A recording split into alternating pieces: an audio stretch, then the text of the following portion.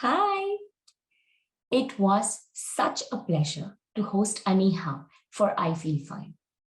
Aniha is one of the most insightful, articulate, authentic educators I have had the pleasure of speaking to. I promise that if you spend this time listening to her, you will enjoy it as much as I did. And if you are a parent or have kids around you, you have to watch this and share it with parents around you.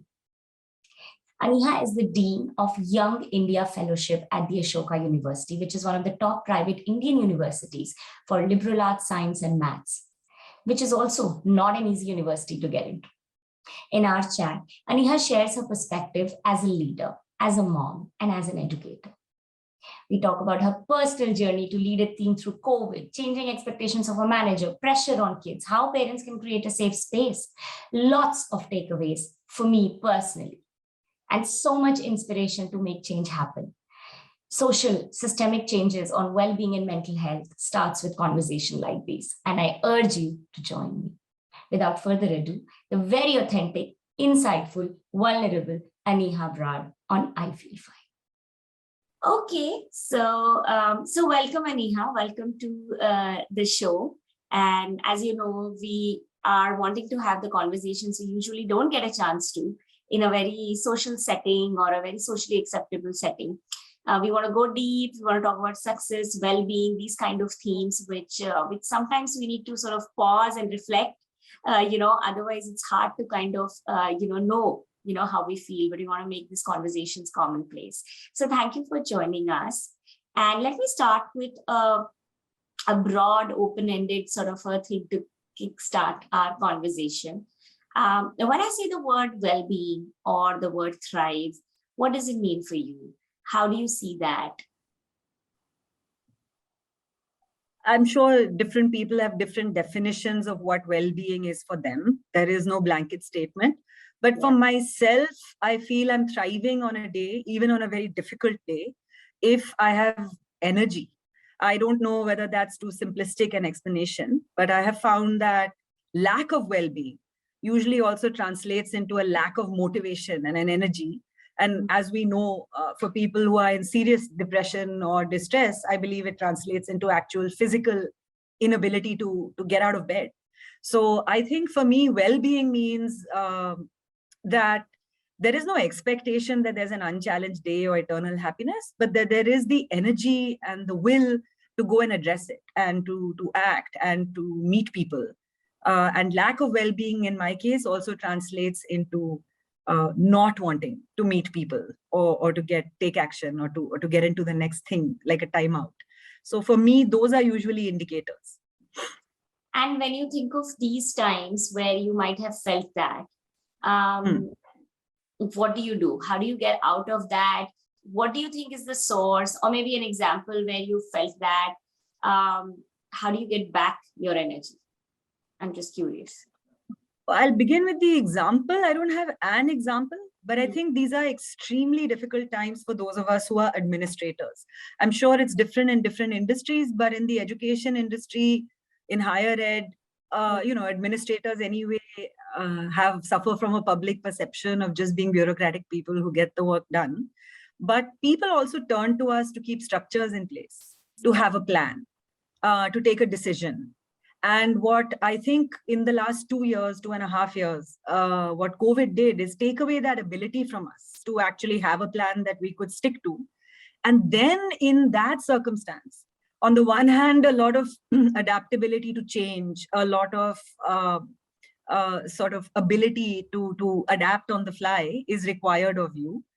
And then you also have to be accountable to, in my case, a large number of stakeholders, whether it's students, faculty, mentors, clients. And I found that extremely difficult on some days because administrators are not exempt from the impact of the virus themselves. And it's not like their friends, family, their own health is not impacted. But the overall aspect I struggled with of the job was to actually have a plan and to tell people, this is how we'll deal with it. And here's what we're going to do. I also felt the demands on various aspects of our personality went up. So let's say if a base level demand is go do your job and do it well, then it became do it well, make sure others can do their job well. Then it became make sure they can do that while also being roughly physically well and mentally well. And at the end of it, don't let quality benchmarks drop. So I think cumulatively, one had to stretch oneself more and more and more as a person who could be there for people, deliver on promises, and yet with 2 weeks notice, adapt to a lockdown and sending students home and changing all courses and all of that. So I think that was where the stress came from. How I dealt with it, honestly, I'm not sure I dealt with it fantastically every day. I'm sure there were moments where I could not be available to people in ways they wanted me to. But 3 elements. One is that I dealt with it by consciously stepping back from time to time to just think through and to see and acknowledge what I could impact and what I couldn't, and trying to allocate my energy, my resources in the spaces I could impact instead of agonizing about what I couldn't. It took some time. I don't think it happened overnight.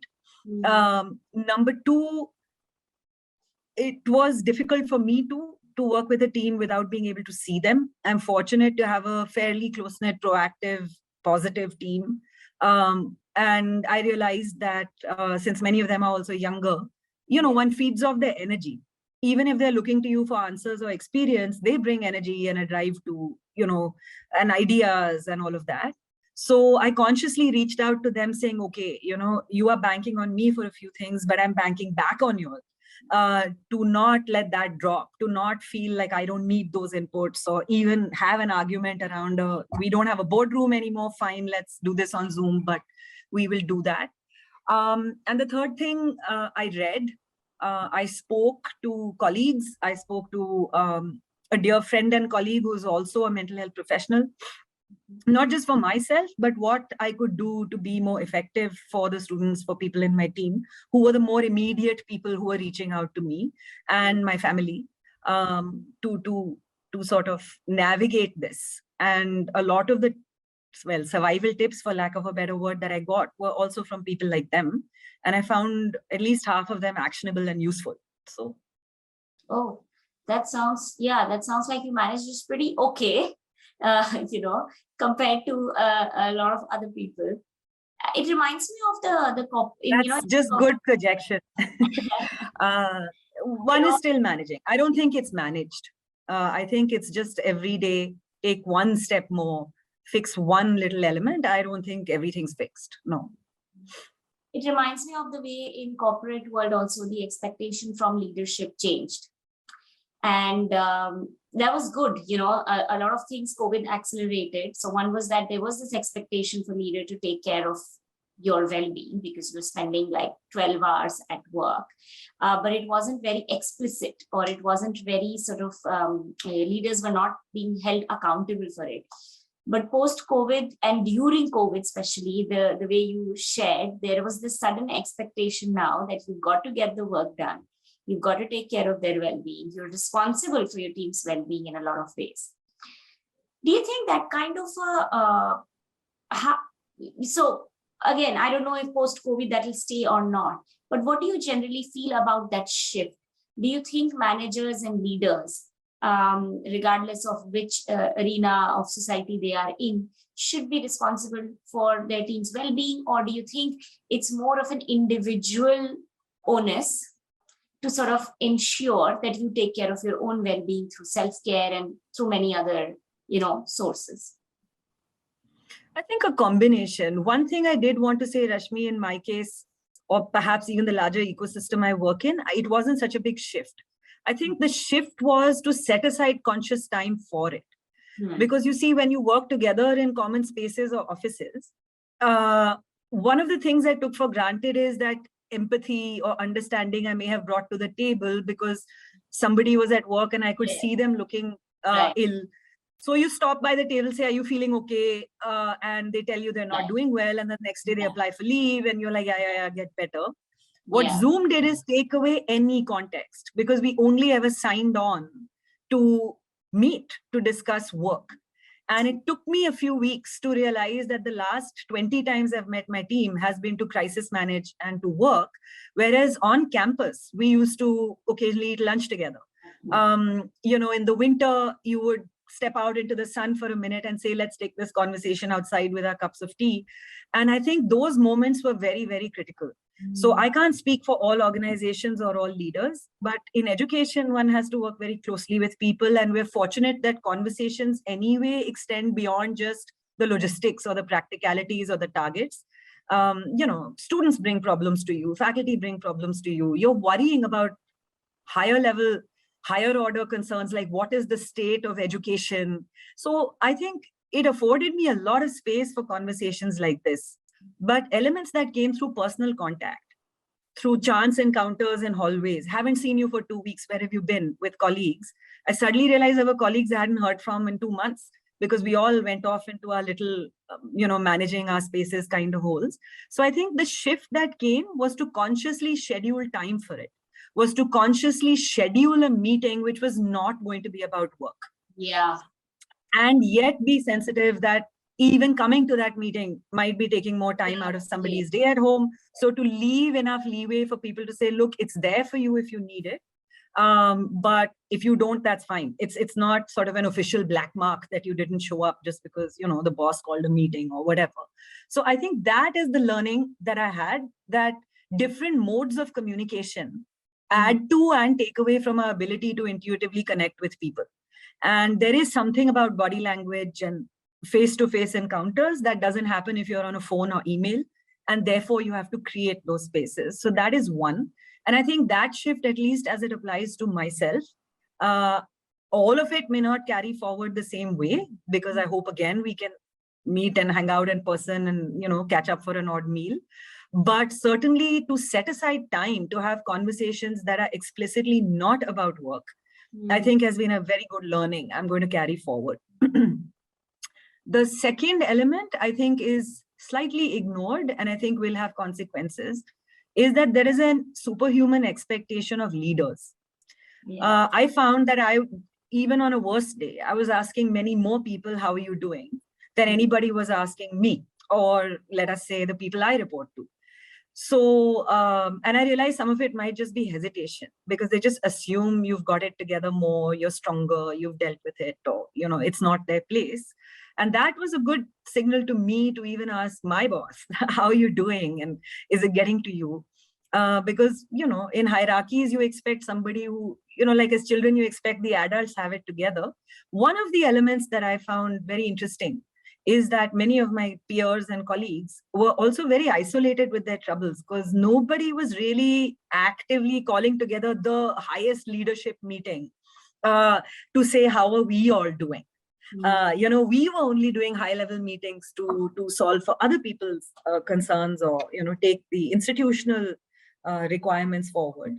So going forward, if at all I would talk to organizations, it would also be that there shouldn't be an assumption that because somebody's in their 50s or 60s or 70s, that they don't need to be asked whether they are up to it, that their energy is infinite, or their empathy has to extend, but no empathy has to be shared back with them. Yeah. So I think that is one space that didn't shift very much, and I think should. That's very insightful. And you can't pour from an empty cup. So when you are, as a leader, you're giving, it's bound to get to you. Tell me a little bit about, shifting gears, Aniha. Tell me a little bit about, this whole conversation on stress and burnout has become very mainstream now. Growing up, and, I know you've had different kinds of career in the past as well. I'm sure you have an interesting stories or something, when you grew up and, how you shifted careers. Tell me, how has your perception about this stress, burnout, mental health shifted over the years? What were some of the beliefs you grew up with, and what has been your experience, whether yourself or people around you or students? I think our first impressions are formed in a family environment. And there I was fortunate in the sense that my mother was a teacher and an educator and worked with young children. and a very strong communicator, read around the issue. So I certainly didn't grow up with stigma around mental health conversations. Okay. And my father was a military man, so that was the other end of it. That, there's going to be difficult periods and strength requires that you go through them. So it was this interesting mix of both people pushing for resilience, but also people not saying, how could you make this a mental health issue? There was an acknowledgement of stress. And, if you're a concerned educator, you are also alive, as my mother was, to student stress and to anxiety. India has very high levels of student stress, anxiety, and suicide. So, only, and I know there are many such, but only very deaf and blind educators would pretend that's a non-factor. I think what is different is both the extent of conversation around families, around society at large, and the language of the conversation. So I don't think it would be silly to expect that families didn't know if somebody was struggling or had a breakdown or had a panic attack. But I'm not sure people had the vocabulary, certainly in India of my time growing up, where they would call it that. So it would be like, "Ha, breakdown ho gaya hai," or they're not coping, not doing so good. Don't think this person can handle it. Number two, certainly professionally, academically, socially, there were very few allowances made for that. So it was an acknowledgement, yeah, there's a problem, but nothing needs to be done about it. If you have to write an exam, you have to write the exam. If you have to deliver something at work, and if you can't cope, then you shouldn't be doing it. So I think that definitely in at least, the 4+ decades I've been around, I've seen that shift happen. People are talking about it. Good companies are building HR policies around it, or at least having conversations around it. There are leadership groups that acknowledge it. In education, it's very much an alive and thriving topic among a lot of the colleagues that I speak to. And I think that is one shift that over time has come in. So today in the student community, just enlighten us in terms of the whole anxiety if a student feels. Actually, let me share that when I was growing up, and many leaders who I speak to who grew up in South Asia, in the 80s and the 90s, they grew up with anxiety at home, which we didn't spot as anxiety. Which the language which I'm getting now, like, oh, I can put 2 and 2 together. Okay, that's anxiety, and that's pressure. So, a lot of us grew up with that anxiety at home related to school and education and all of that without realizing it was. We didn't have the verbiage or, the help. Today, if a student feels that, I imagine they know more because of the social media, and there's a lot of talk about mental health and celebrities coming out and all of that, so they know more. What options do they have right now to seek help, and where are we as educators on that? Number one, I think students should not be generalized. I think for every stride we have made, there's still a long way to go. I also think different age groups of students feel differently empowered. So, if there is extreme stress in a primary school kid or a middle school kid or a high school kid, I have a high school daughter, I think it's handled differently, addressed differently, and the adults they have around them with training are slightly different for most of India, except in the most select of institutions, than, let us say, colleges or postgraduate programs like mine might be able to offer. The third part of that is also that peer engagement and learning has, in my recent experience, been a big source for both mobilization, conversations, raising it, with administrators or communities, which I find younger students find harder to do. So a younger student might, a 12-year-old might go and talk to a classmate and her best friend about what's troubling her.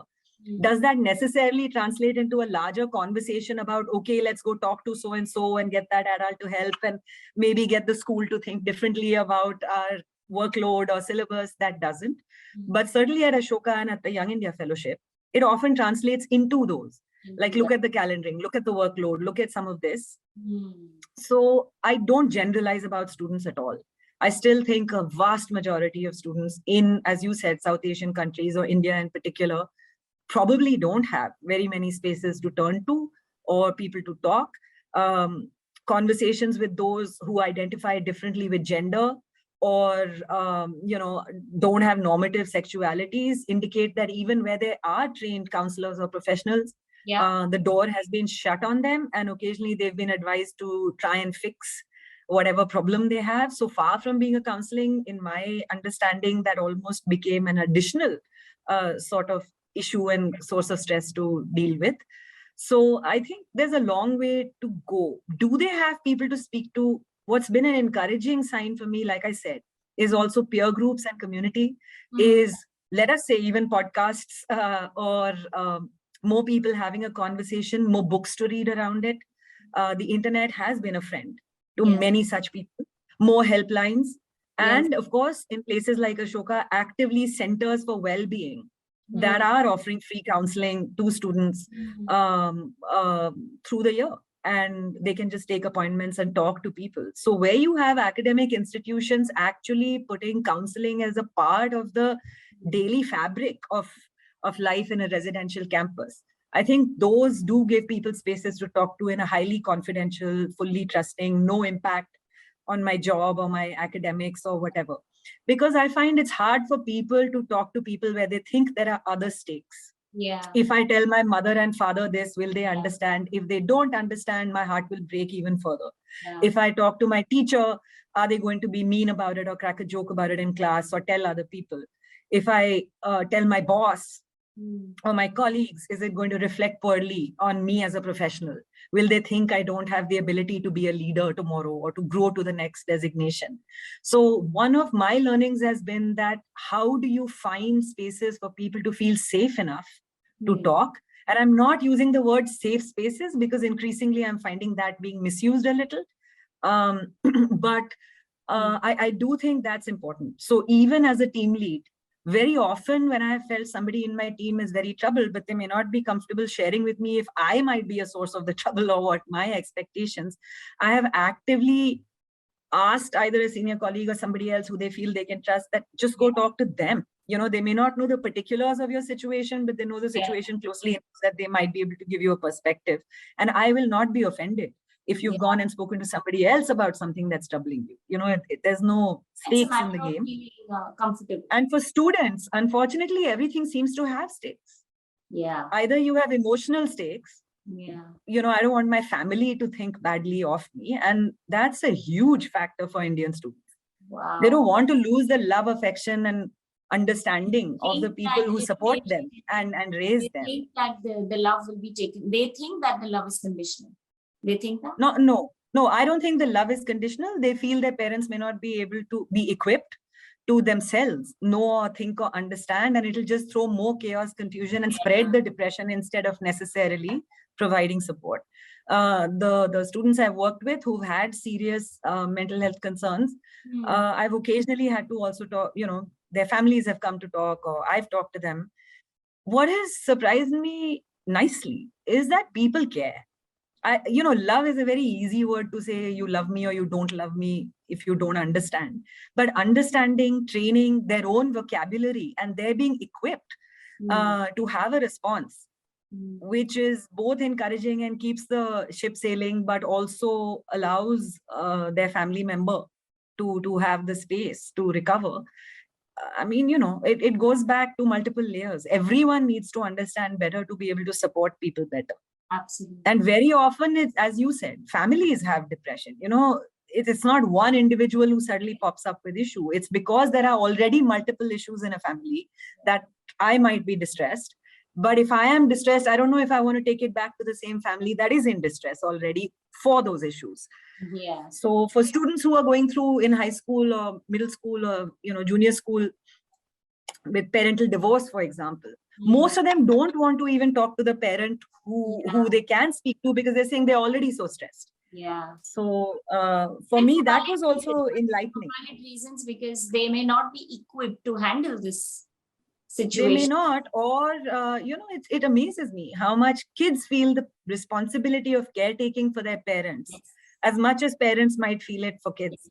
I know so many people who are protectively silent because they say, I don't think my mom can handle one more blow. I don't think, so I realize it's a far more complex thing than just love given or withdrawn, or acceptance given or withdrawn.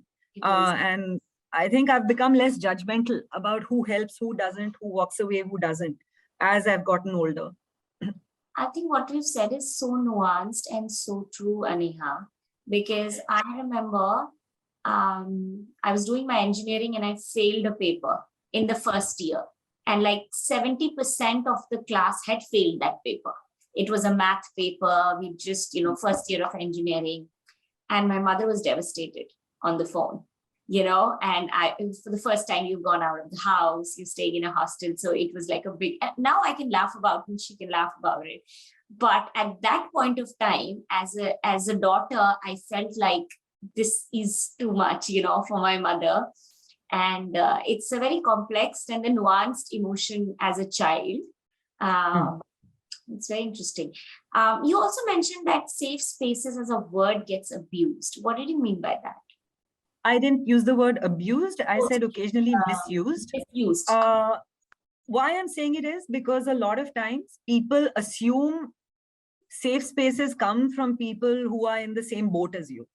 If I had to simplify it. So when I speak to students, a lot of them say, oh, peer groups are safe spaces. For example, my classmates are safe space.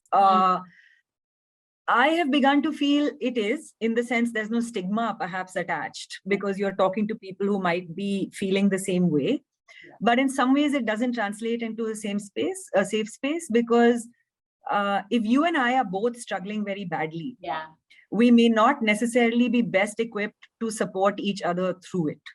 Most of us would not want to go to a counselor who themselves necessarily was having an attack right in front of us, right? Because you need somebody to have the strength, or at that period in life, to be stable and safe enough. So when I said, certainly not abused, but when I said misused, I've spent some time and energy talking to a lot of people saying, don't assume beforehand what might be your safe space and what might not. For some people, families are safe spaces. For others, they're absolutely not. And the same goes for peer groups. There are others who've been deeply traumatized by peer groups. And by wanting to fit in, and by, oh God, I hope this doesn't go on social media, or somebody they're dating should not reveal elements of their personality to others, etc. So I myself now have begun to try and talk to people about what would feel like a safe space. What would they need that space to contain? Would they feel safe if somebody could help them, or just listen to them, or be in the same boat as them, so that they don't feel, and then they should understand what each of those safe spaces can or cannot do for them. So they may want to talk to somebody who's in the same boat as them, but they may still want to reach out to a different professional who might be able to help them. So more than a safe space, I've been trying to see whether we could develop a conversation about a safe web, where different people support you in different facets of your life. So a counselor can help you with coping mechanisms. A friend might help you with just having a confidant and somebody to be with you when you walk to class every day. And even somebody like me, who's an academic administrator, might be able to help you navigate academic requirements or attendance or things like that. None of us will be all things to all people at all times, but together we could perhaps be a protective web that you can sort of bounce on if you do fall. And that's the way I'm beginning to think about safe spaces now. It's a more recent sort of thought process that I have begun. And it's through conversations with students and my colleagues who are helping students. Now that you say it, everybody needs that, don't they? Not just students, right? Everybody needs that. And I think once you get married, a lot of men I speak to, I feel like, there is this whole expectation that you don't need help, especially for men. Sometimes they term it as toxic. Men don't talk to each other as much as women do, just in terms of biologically, and there's a lot of research on that. They are probably not able to share that with their wives or parents because sort of they are the people who are supposed to support their parents and wives. So I think everybody should have that safe space, and that's like a great starting point for people to start thinking about what is their safe space. Is it expert help? Is it like a place where they can vent? It could be anything. Do you feel that there is a supply challenge of qualified counselors or therapists? Because I'm referring to the example you shared about people who are LGBTQ, and sometimes they go and they are being turned away. So do you think it's a matter of supply? Yeah, I do. I see it increasing day by day. I also see more and more people opting for those kind of careers. I work a lot with young people on the cusp of planning what their life will be. Yes. And there's a steady increase year on year in the number of people who want to work in everything from therapy to clinical psychology to counseling to all of that. But yeah, I think both that there's a dearth and also that there's a growth. So I feel the next decade or two is going to see active professionals, full careers around mental health. Have you seen any examples, or what is your view on technology helping kids and students just in the space of mental health? Because now there are a lot I'm not sure what technology helps people in the space of mental health. Could be like, if you don't want to go, if you don't want to ask for like where to find a therapist and things like that, there are a lot of apps, two categories. There are a lot of apps where you can go and find therapists and things like that, similar to what Tatsam is also trying to do. But there are also AI-enabled therapists. So it's like a bot, where you say, I'm feeling sad, and they will ask you a few questions and help you to reflect. Not very sure. I think it may have potential. Certainly the first part of what you talked about, the uses of technology, it helps. And I wouldn't put it to students, it helps all of us. Yeah. Access is such a huge part of what we can fix in our lives. Access to education, access to information, access to people, access to help. So to have access, to be able to Google, who can I talk to? Is there a helpline? What is mental health? Why do I not feel like getting out of bed? That kind of thing, I think, is in its own way power. And I do think people should continue to use technology for that. Especially, it's also helped with a certain degree of confidentiality, etc., because people don't need to tell somebody immediately that I want to find a therapist, or people still take time to accept their own mental health challenge. Forget anybody else accepting it. I think the first person you have to overcome is yourself, to acknowledge that you have a problem that's not got a physical manifestation. It's easier to say I broke my bone than to accept that maybe I broke my mind a little over here. So I think there is that. AI, etc. I'll be honest with you, I know very, very few people of any age group who are leaning on that routinely. So I really can't comment.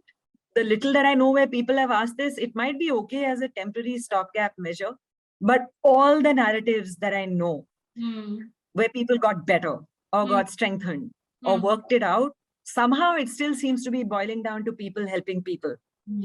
And of course, I have no data to back this and no research. My intuitive sense is because so much of our distress also emanates from how people perceive us, from whether we're doing well enough for the people in our lives, from whether, people are driving so much of our sense of self that even if a bot tells you you're awesome, it's a little hard to believe it unless 3 other people also back that. So I think AI might be a first step. I don't think it's the last step at all, or the bulk of it just yet. But honestly, my knowledge of that is very limited.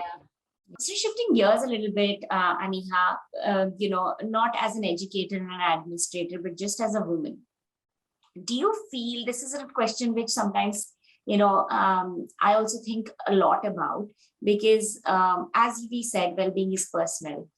Do you think there is a need for differentiated well-being understanding for women, because because the expectation from women and men are so different.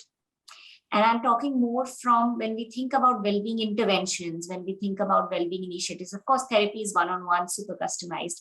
But when we're talking about large initiatives, organizational level, policies, and things like that, what's your thought process around it, if I were to just, ask you? That's a complex question. So forgive me if I try and unpack it in different ways. On the one hand, yes, however much we'd like to think that the genders are equal in all things, they're certainly not equal in expectations. And to some extent, we're not equal in biology. At the end of the day, postpartum depression is a thing, and it is going to be felt by the parent that has born the baby and delivered the baby and then is 24/7, not just a caregiver in an emotional sense, but a physical sense to a new life.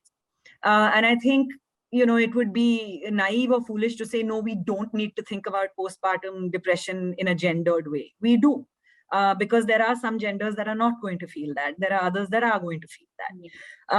So on the one hand, yes, I do think that there has to be a different approach.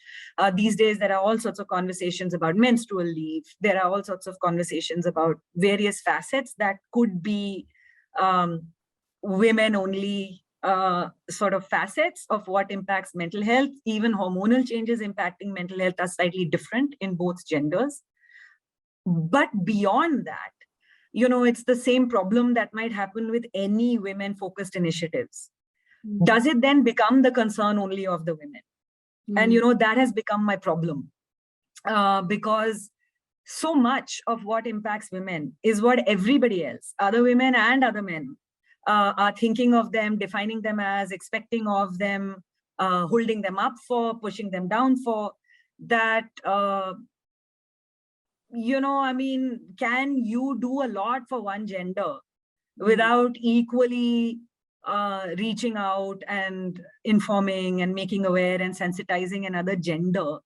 I don't know. And I think that's one of the reasons why the whole idea of feminism has got so politicized and complicated today, because it's almost like it's either the domain of the really strong women who will raise their voice, or the guys who call themselves ally and say, I am feminist. Of course, my utopian ideal is that at the end of the day, the mere fact that you have to call it out means that you're not seeing equality, you're not seeing equally. It's like with your children, if you treat them equally, you don't have to say, I am pro my daughter. The assumption is you are, that your kids are the same to you. So I think that's my problem. What happens is, when I do think policy interventions should be targeted, and I'm going a little beyond women, because with the menstrual debate, there's also other genders that might get impacted by those policies. But should conversations and mental health, etc., be restricted only to one gender? I have found from the people who've gone for everything from couples therapy to separation and divorce therapy to mental health therapy, there's no point in them being more and more enlightened about what they're doing, but nobody around them being more enlightened about what might be causing the problem in the first place. And that's a problem I don't know how we as a society are going to fix. That men should understand your wife might be in depression because honestly, she's doing as much work as you and somehow responsible for figuring out what's for the next meal. And you never are. And something as small as that is the tipping point. So one is, of course, what you're going through today, but one is this whole generational conditioning, which carries on. So today I might be a really privileged woman, which I am, educated and exposed. But sometimes there is a lot of unconscious bias, just like unconscious bias. There is unconscious expectations which I have of myself as a woman, which nobody's explicitly told me, but I have it because it's a generation of women who've had that expectation. So I'm thinking aloud with you, because if men or the policymakers, who typically end up being skewed to the male gender, if they have a better understanding of the needs of a woman, well-being needs of a woman versus a man, it might actually make a useful dent in the way we are leading these conversations, because it's very hard for a man to understand postpartum depression. It's just hard. Agreed. But Rashmi, I'm not sure policies do the trick. Because if you look at it, policies have gotten a little bit better even in the 25 odd years since I've been working. Whether it's to do with maternity leave, none of it was a right in India, Yes. right? Yes. Or for returning mothers, Yes. or organizations working to have creches, or give. And yet there's a steady decline in the organized workforce of working women. So if policies are what it took to enable you to thrive or to do, it's a part. And it's the other part of it. And very often policymakers are sensitized, but nobody else is. We've seen repeatedly that where policies were more women-centric, there's also been a huge backlash from the community on which that policy was imposed. Yes. I have been in organizations where an HR policy has been a little more enlightened or forward-looking. But the internal sense of injury that has come from the people who cannot benefit from that policy has also commensurately actually gone up. So that's why I'm saying that I'm almost beginning to feel that every new policy that is rolled out should almost have a 10-day internal Zabardasti set of conversations or town halls before you even roll it out. Saying, here's a problem, here's what we've been grappling with, listen to the people who have suffered as a lack of not having this kind of support, so that even the men who might feel, look, we're getting victimized, how come I may want to take care of my baby, why am I not getting the 6 months off, why? So I think some of that, I feel policy without conversation around it, without debate and discussion and sensitization and empathy sharing, it's difficult to tell a person to their face, I don't care that you had a terrible time. It's easier to dash off an email saying this policy is very unfair to me. And I think that personal connect of a person's story or narrative is as important as the outcome of that narrative. So I do think policies have to go there, but I also feel to actually encourage not just women, but whole families to support a policy initiative, or organizations. You could have a high-level policy. If I'm reporting to a mid-level manager, you would never know whether they're resenting me for being able to take leave, which they can't take. So I think that needs to percolate like a systemic change.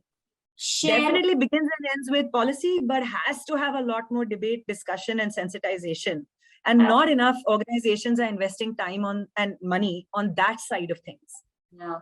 And I think story sharing, like sometimes I feel that even women, for example, in this example, let's say women is the target of, who are being victimized in some shape and form, they also don't talk, right? So I think if more people talk, like if I take upon myself the responsibility to educate my husband, my brother, my male colleagues, my boss, about what a woman goes through, whether it's postpartum depression, whether it's just life, so that they have a little bit of a better empathy towards this. Yeah, understanding.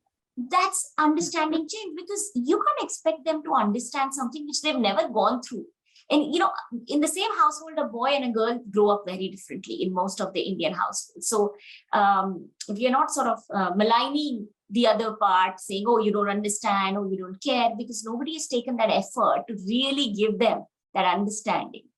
They can't be just expected to just understand. No, and I was a communications professional for years. It's my area of study as well. I really, really believe that social change and systemic change is time consuming, but it can only come through conversation. Anything I know better about today, or am more sensitized to, has come through conversations, occasionally difficult ones, occasionally me rejecting an idea that was put in front of me and then accepting, because, gender is one element. We as women could be desensitized to another element. There are women who could be as desensitized to sexuality.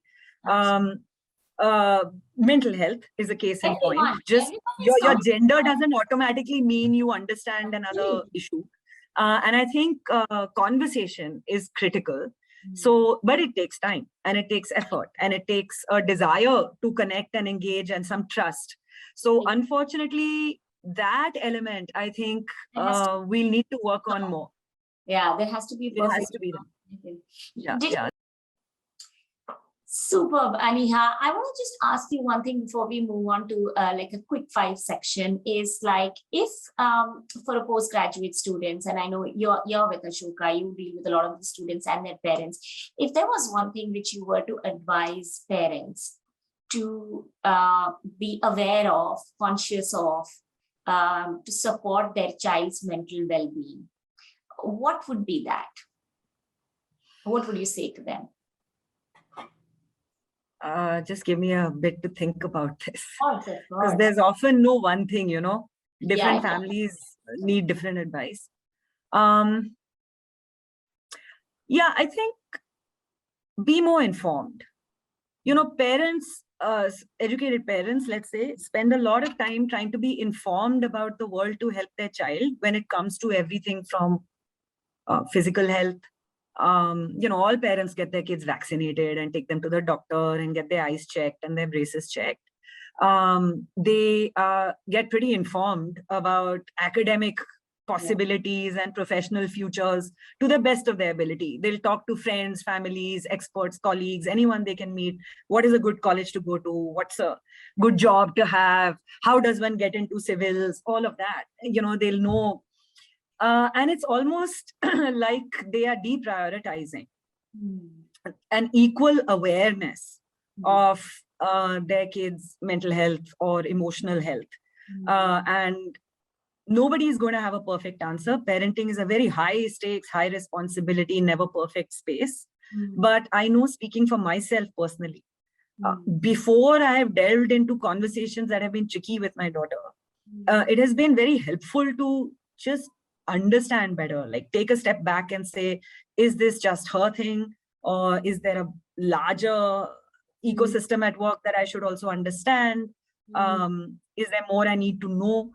Occasionally, of course, we've launched into a conversation and she's thrown some fact at me, some idea, some term, some phrase, which I'm not equipped to respond to.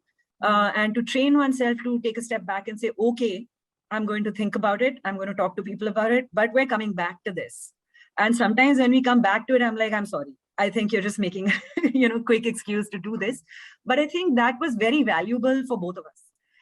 One, even if you have to guide and advise or occasionally push or scold your kids in a different direction, you're coming at it with a little more information and knowledge and some time and effort put into it, which kids can't deny that you took it seriously. You didn't dismiss it or suppress it. And number two, you may actually learn something. Me working with a lot of young people has certainly almost drastically grown my learning curve on everything from the laws to the science to the medicine, etc., around mental health, let's say. It's not something I was actively engaging with in my professional spaces beforehand. Now I do. And I think that's been excellent for me as overall as a human being, interacting with friends or family or as a parent. So to parents, I would say, take the time to inform yourself better. To try and avoid the two knee-jerk reactions all of us have to things that make us uncomfortable or that we don't really want to know about our children. One is don't dismiss it. Nahi, ye to ho hi nahi sakta hai. Or don't be silly. And two, don't tell them deal. A lot of people say when I took this, people were just like, yeah, but you have to adjust to it. So, when a kid comes to you saying this is a real problem for me in the household, or so-and-so is very mean, or I don't like the fact that my brother has A or B, your response might be to say, look, all of life is an adjustment, which I find in more traditional conservative households, especially to the women. There is a sense that, listen, yeah, we get you. We hear your pain, we see it, but that's the compromise you have to make in life. So I think if we can avoid quick reactions, that in itself is half the battle won. Kids tend to come back to you if you're not just knee-jerk about something that you might be unfamiliar or ill-equipped to deal with. And of course, ideal would be if you're not judging them. You can agree or disagree, you could be ignorant, you could have a fight, but not like, how could you be this? How could you do this? How could you be sexually active before you are married? Because I think what it has done is sent kids off to talk to people who may not have their best interests at heart. They've gone into habits that are actually more detrimental to them than you just dealing with the news. And in cases of sexual harassment, etc., I have seen many women don't feel comfortable going to their mother or father, even though they're very close to them, for every other problem they've had, because they feel they may be judged as a bad girl or as somebody who didn't live up to family values. And I think that family values versus the individual in front of you, I would tell parents, always prioritize the individual in front of you. You know, the family comes first, then we'll deal with the values. Let's just deal with the family first. So that is something I've really tried very, very gently. It's not my place to tell people how to parent their kids, but to say, maybe you could park your extreme reaction just to say, but this is my kid and they're standing in front of me, faults and all, in trouble. And I need to be there because I signed up to be there for my kids in trouble. That is so helpful. Thank you so much, Aniha. For parents, is there any resource where they could go? Like, of course, conversations, but if parents don't have, or they feel a little bit shy to talk to other parents about something which their kids is going through, do you have any recommendations or where they could reach out to get in good? I don't know sites or people or numbers that people could call, but I do know that increasingly there are more counselors also doing family therapy, for example. For people who can't afford it, I would still say, go online, listen to parenting tips. I learned a lot about internet and, let's say, young teenage girls and their relationship to the internet and how it impacts their sense of self-esteem, etc., just through reading. You know, where in India, there may not be very much research done on it yet, but there was a sizable body of research done on it in the States. So I knew all of it did not apply to our circumstance, but I still felt, look, this is something I didn't grow up. I didn't grow up with 24/7 internet or talking to a bunch of strangers. So I can't intuitively put myself in the shoes of my kid. So I better, you know, educate myself about it, because my intuition and experience is not going to do the job here. And it was very insightful for me. What was helpful is it gave me the language to talk to my daughter about the potential pitfalls in a way that was sensible. So I think parents will need to do that. Unfortunately, there's not a direct parents counseling. And most people struggle, parents struggle with that vocabulary to connect, you know, the child. So what you do is you lay down the rule. You won't be on your phone more than 4 hours a day. I don't know whether your kid is really bought into what's gone into the rules. So I actually had a tough choice to make, that how much do I want to scare a very young person, but also a person who's just getting started on social media. And I could begin to see how it was impacting her sense of self and how everybody else had these wonderful lives and looked wonderful, and, you know, all of that. And I actually then took the choice to lay some hard facts. So I actually shared some of those articles with her, some of the data about the impact on young teenage girls, the ways in which it impacted. And I said, you assess as you keep going along, that is any of this reflecting in your life? And if it is, then maybe you should listen to what I'm talking about. If it isn't, then you're probably handling it fine. And you're keeping it in a, you know, sensible space in your head that, hai, but it's not the defining factor of all things. So, and that I found strangely helpful, because it got us both involved in a conversation that was about us, but also larger than us. Like, I could be part of a phenomenon that I'm not aware of, and I need to be aware to make smarter choices. Thank you so much, Aniha. I'll move on to our quick round of questions. What is the most worthwhile investment of time, energy, money, which you have ever made in taking care of yourself? So your well-being, your energy, as we talked about. Travel. Okay. And going to, I'm a keen birder and an environmentalist. So being in the jungles or, you know, just traveling has been extremely good for my mental health. Okay. What is that one thing which you feel is essential to live a fulfilled, purposeful life? Being as true to yourself and trying to build a life around who you truly think you are, both professionally and personally. Even when you make mistakes, I have found you tend to beat yourself up less about it.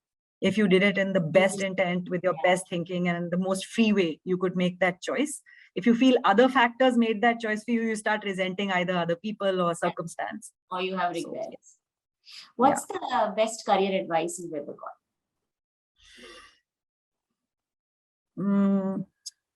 It came at about the midpoint in my career when I was transitioning from being an independent worker who had to earn her stripes to being somebody that people reported to. And it came from one of my bosses at that time who said that he had seen many high achieving individuals who pretty young also then, got promotions or better designations. And he said for them, the hardest transition was to say, it's not about I'll do it all and I'll do it really well and I'll get that A plus, but other people better do it and get their A pluses. Yeah. And it was very good advice because it shifted my focus into I better show that I have good performance to if my team does really, really well, anyway, I'll look good. So that's fine. But more to the point that it's a much different and harder challenge to say, okay, 5 people, I have to somehow figure out how they work and how they can both deliver professionally optimally and generally be happy to come to work and, do their job. And I was struggling with that initially because I had been one of those where somebody would say, I can't do it, I don't understand this. I'd be like, yeah, that's okay, I'll do it. And then, you can't do it all and you shouldn't do it all. And that, of course, I had to implement over many years of learning. But yes, that it's not about just how well you can do, how well can you encourage others to do, was a very good piece of advice I got. That is so helpful. I think all leaders, many leaders go through that, especially the high performer ones. Okay, last one is just for fun. Money, power, fame, choose one and why. None of the above. Independence. So money gives some amount of that. Power and fame is irrelevant. Okay, so independence is your go-to. Thank you. And I mean mental, emotional, financial, all of it. Independence is important. Being able to do what you want, who you take decisions for oneself. Take decisions. Independent decision making. Thank you so much, Aniha. This was so much fun. And absolutely enjoyed the conversation. And that's good to know, Rashmi. It was quite a serious conversation, but very nice to be here and to contribute.